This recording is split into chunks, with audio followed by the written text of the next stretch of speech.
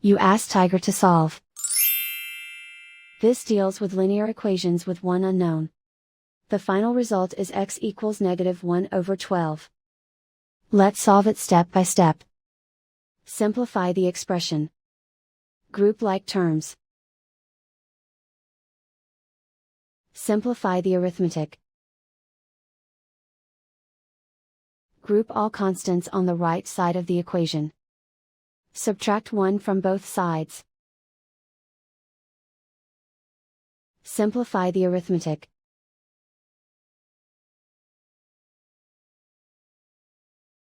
Isolate the x. Divide both sides by 12. Simplify the fraction. And so the final result is x equals -1/12.